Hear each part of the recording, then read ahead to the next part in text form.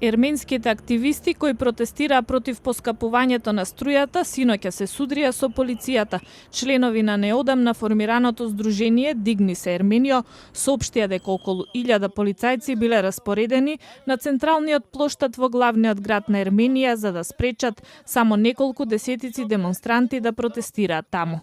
Масовни протести против поскапувањето на струјата се одржаа во Ерменија во јуни и на почетокот на овој месец, но протестите стивнаа откако владата најави дека ќе го субвенционира поскапувањето. Сепак членовите на Дигни се Ерменио бараат владата да го укине планираното поскапување.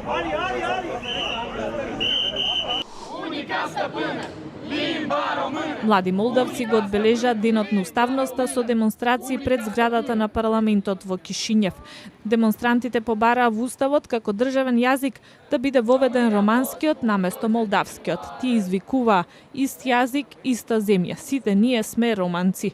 Молдавците се поделени околу тоа дали нивниот национален јазик е различен од романскиот. Со декларацијата за независност од 1991 за државен јазик е избран романскиот, но тоа во уставот не е променето.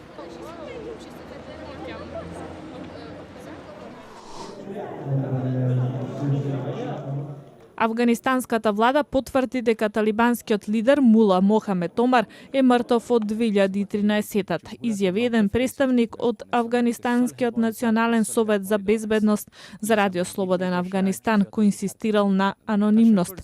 Тој не соопшти дополнителни детали. Медиумите јавуваат дека Мула Омар починал во Пакистан од болест. Портпаролот на афганистанскиот преседател Ашраф Гани денеска рече дека добили извештај за смртта на Мула Омар, но дека се уште се оценува извештајот.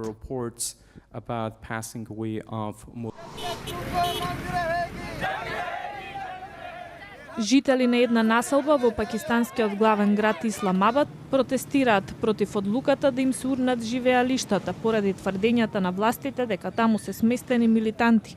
Демонстрантите се заканија дека ќе ги спречат булдожерите и другата градежна опрема кои веќе се позиционирани во областа. Во населбата живеат претежно афганистански бегалци и раселени пакистанци од нестабилните делови на таа земја. Жителите вчера изјавија дека им биле дадени 2 дена да ги испразнат своите домови пред уривањето.